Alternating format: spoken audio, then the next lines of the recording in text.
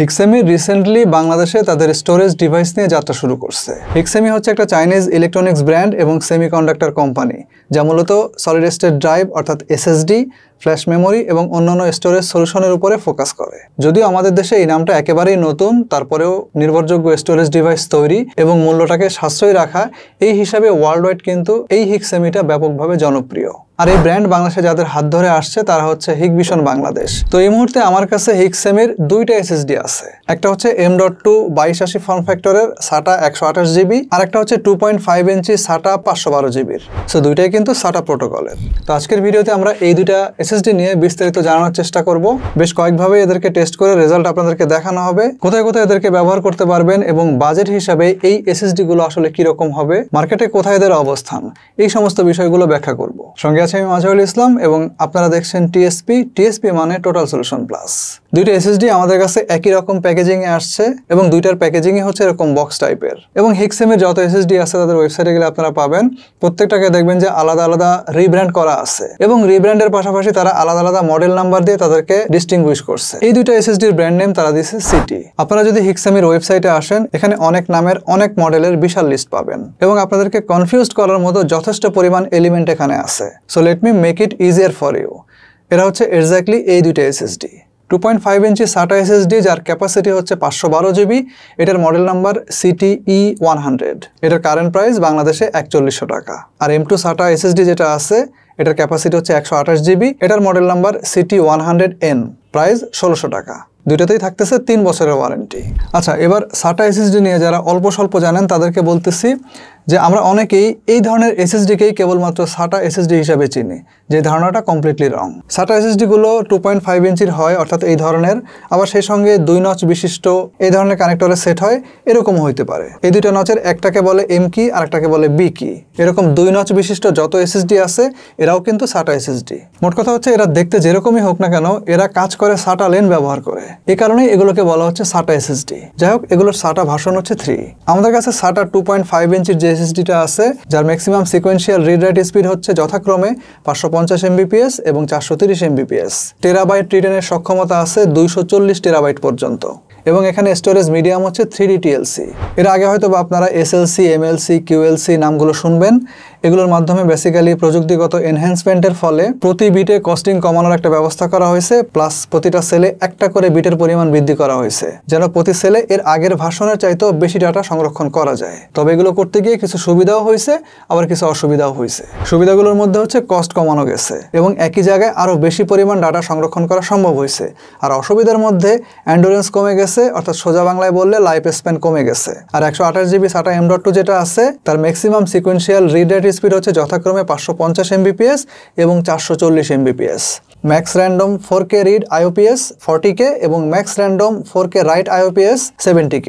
TBW অর্থাৎ terabyte রিটেনের সক্ষমতা হচ্ছে 35 টেরাবাইট এবং এখানে স্টোরেজ মিডিয়াম হিসেবে ব্যবহার করা হয়েছে 3D NAND। এই এসএসডিতে কন্ট্রোলার হিসেবে ব্যবহার করা হয়েছে সিলিকন মোশনের SM2259XT। এটা একটা ATA protocol 8 supported chipset. Multiplexing এর জন্য CE চ্যানেল আছে 4টা এবং এসএসডিটা DRAM-লেস।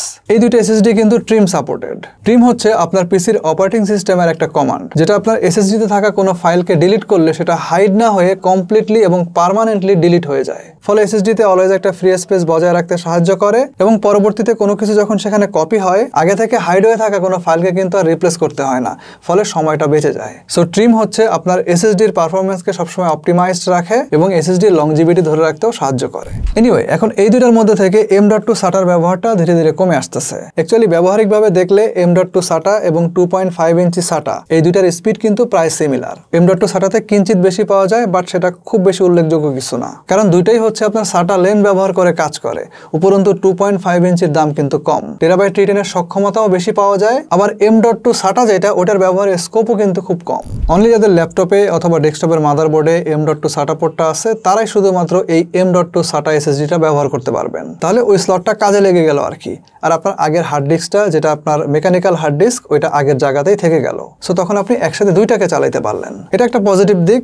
আবার যাদের ধরেন যে এই M.2 SATA পোর্টটা নাই তারা কি করবেন? সেক্ষেত্রে তাদেরকে ব্যবহার করতে হবে 2.5 ইঞ্চির যে SATA SSDটা আছে ওইটাকে। আগের যে মেকানিক্যাল হার্ড ডিস্ক আছে ওইটাকে রিপ্লেস করবেন এই 2.5 ইঞ্চি SATA SSD দিয়ে এবং ওই মেকানিক্যাল হার্ড ডিস্কটাকে পরবর্তীতে ক্যাডি নামক এই ধরনের একটা ডিভাইসের মাধ্যমে ডিভিডি রমের স্লটে ইনসার্ট করতে হবে। ফলে তখন আপনার 2.5 ইঞ্চি SSD এবং 2.5 ইঞ্চি যে মেকানিক্যাল হার্ড ডিস্ক দুটোই একত্রে কাজ করবে। এবং এই যে 2.5 ইঞ্চি SATA SSDটা এটা কিন্তু আপনি চাইলে যে কোনো জায়গায় ব্যবহার করতে পারেন, শুধু SATA পোর্ট থাকলেই হবে। অ্যান্ড আই থিঙ্ক এই যে SATA পোর্টের যে ব্যবহার এটা যে কোনো মাদারবোর্ডে এখন আছে। সো M.2 SATA SSDর তুলনায় আপনার 2.5 ইঞ্চি SATA SSDর কিন্তু স্কোপ অনেক বেশি।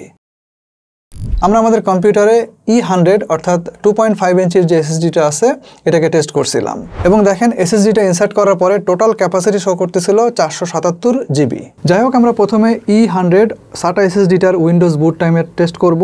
আমরা যে পিসি দিয়ে এটাকে টেস্ট করছি তার স্পেসিফিকেশন আপনারা এখন স্ক্রিনে দেখতে পাচ্ছেন এবং বুট টাইমটা কমপ্লিট করতে মোটামুটি 5.5 সেকেন্ডের মতো সময় লাগছে। দেন উইনসাইড ডিস্কের রেজাল্টটা দেখবো আমরা।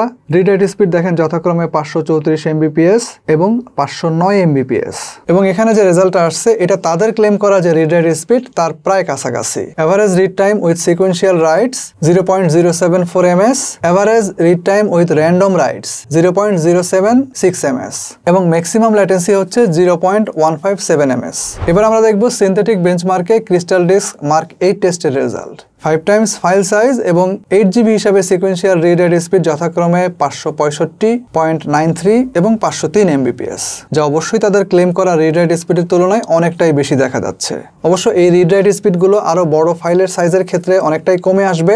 যদি আমরা 8 জিবি হিসাবে না দিয়ে যদি এখানে আমরা 16 জিবি ব্যবহার করতাম অথবা 32 জিবি ব্যবহার করতাম তাহলে সেক্ষেত্রে এই স্পিডটা আরও খানিকটা কমে আসতো। এবং এই যে হিসাবটা এটা SATA লেন ব্যবহার করে যেসব এসএসডি চলে শুধু সেগুলোর মাধ্যমেই না, আরও অ্যাডভান্সড প্রোটোকল সাপোর্টের যে এসএসডি গুলো আছে এগুলোর ক্ষেত্রেও প্রযোজ্য। আর এসএসডির temperature plus health status side by side কিন্তু পাশে দেওয়া আছে।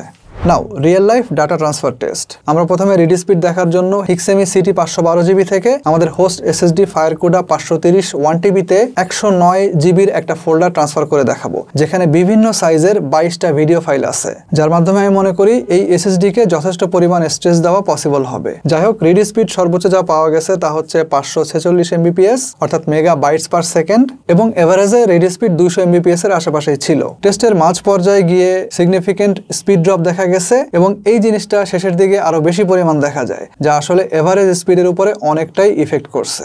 এই টেস্টে আমাদের সময় লেগেছে টোটাল 6 মিনিট 42 সেকেন্ড। এসএসডির অ্যাক্টিভ টাইম একরকম 100% এর আশেপাশেই ছিল, কেবলমাত্র স্পিড ড্রপের সময়গুলোতেই অ্যাক্টিভ টাইমের পার্সেন্টেজ কম ছিল। এভারেজ রেসপন্স টাইম ইনিশিয়ালি এবং বেশিরভাগ সময়ই 5 ms এর আশেপাশে ছিল, তবে শেষের দিকে এভারেজটা ছিল 3 ms।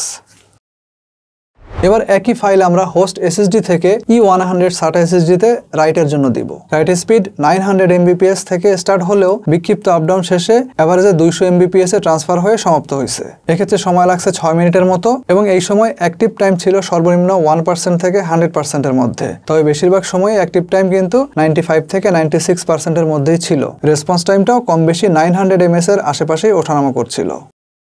এই যে রেজাল্ট এতক্ষণ আপনারা দেখলেন, এটা নিয়ে কিন্তু অনেকেরই কপালে চিন্তার ভাঁজ চলে আসতে পারে, বাট বিলিভ মি এটা নিয়ে এত টেনশিত হওয়ার কিছু নাই। এই স্ট্যান্ডার্ডের বেশিরভাগ এসএসডির অবস্থাই কিন্তু এরকম। ইনফ্যাক্ট SATA প্রোটোকল ব্যবহার করা এসএসডির অবস্থাই এরকম। তবে আপনি নিশ্চিত থাকতে পারেন এখন আপনি যে মেকানিক্যাল হার্ড ডিস্কটা ব্যবহার করতেছেন আপনার পিসির জন্য অথবা ল্যাপটপের জন্য, তার থেকে 10 টাইম বেটার পারফরমেন্স করবে এই এসএসডিটা। অ্যান্ড আমরা এই এসএসডিকে যেভাবে স্ট্রেস দিয়ে চালাইছি আপনার পক্ষে হয়তো এটার অর্ধেকটা দেওয়া সম্ভব হবে না। স্পেশালি এই ধরনের এসএসডিগুলো মানুষ একটু লোয়ার পারফর্মিং ল্যাপটপ অথবা ডেস্কটপের জন্যই পারচেস করে। অর্থাৎ এই ধরনের এসএসডিকে আমরা ওই ধরনের পিসিগুলোতে শুধুমাত্র সি ড্রাইভ হিসেবে ব্যবহার করি। সো সব মিলিয়ে এত বেশি টেনশন করার দরকার নেই আপনার।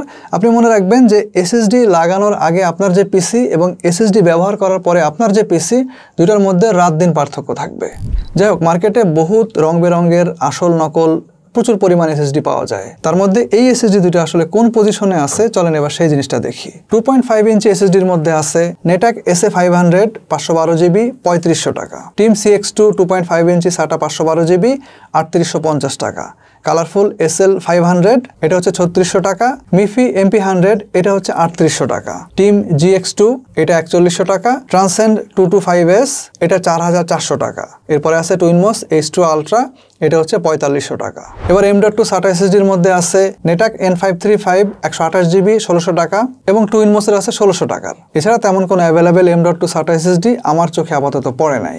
এখানকার এই M.2 SATA 128GB SSD-টার দাম হচ্ছে 1600 টাকা। আর এই 2.5 ইঞ্চি SATA SSD-র দাম পড়বে 512GB, এটার দাম পড়বে 4100 টাকা। So there is a healthy competition between Hiksemi and the others. কারণ এই দামটা বিবেচনা করলে SATA SSD-র সেগমেন্টে হিক্সেমি কিন্তু বেশ সম্ভাবনাময়। সো আজকের ভিডিও এখানেই শেষ করব। খুব শীঘ্রই আসবো SSD-র অন্য কোনো ভিডিও নিয়ে। সে পর্যন্ত সবাই ভালো থাকেন এবং সুস্থ থাকেন। আল্লাহ হাফেজ।